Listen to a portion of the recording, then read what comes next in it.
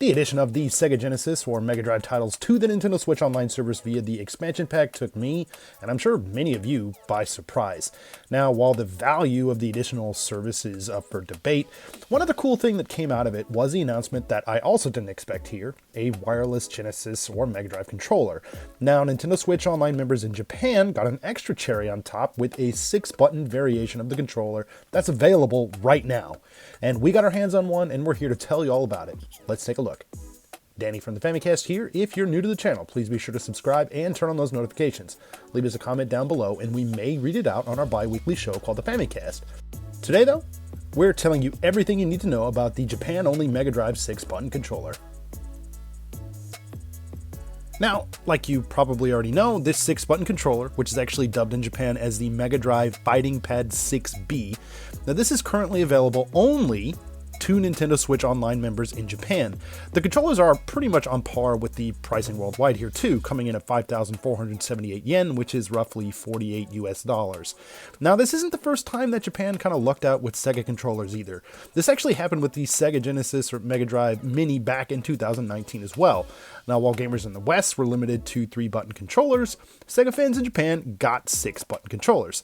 Obviously, these were wired, but I think, there was still a bit of a disparity here. Now, as for the controller offered by the My Nintendo store here in Japan, build quality is on par with what can be found with the other wireless controllers that are on offer. Things here are solid, responsive, and overall they feel pretty great.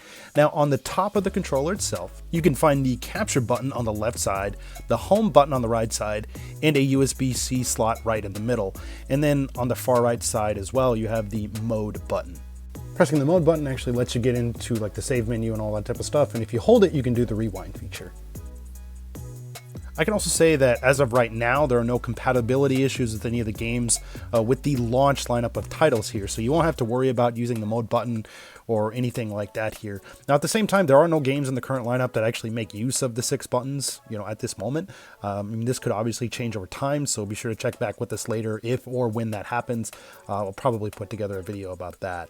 Now, in terms of functionality, this controller can be used, obviously, with the Japanese Mega Drive app and also the Western Genesis or Mega Drive apps as well. Now, as with the Famicom, Super Famicom, and N64 now, the 6-button controller will appear at the top left-hand side of the screen under your icon, which I found was a pretty nice little touch. And it does seem like a real missed opportunity that Nintendo and Sega aren't providing a 6-button controller to the West. Now, Nintendo of America actually did respond to a Polygon article to Polygon on the matter by saying this: different regions make different decisions based on a variety of factors. For the US and Canada, a replica of the original Sega Genesis controller is the available model. This was by far the more widely used and well-known Sega Genesis controller in these regions. Now, that may be true, but I still think it's kind of a disservice that Nintendo isn't giving gamers a choice here.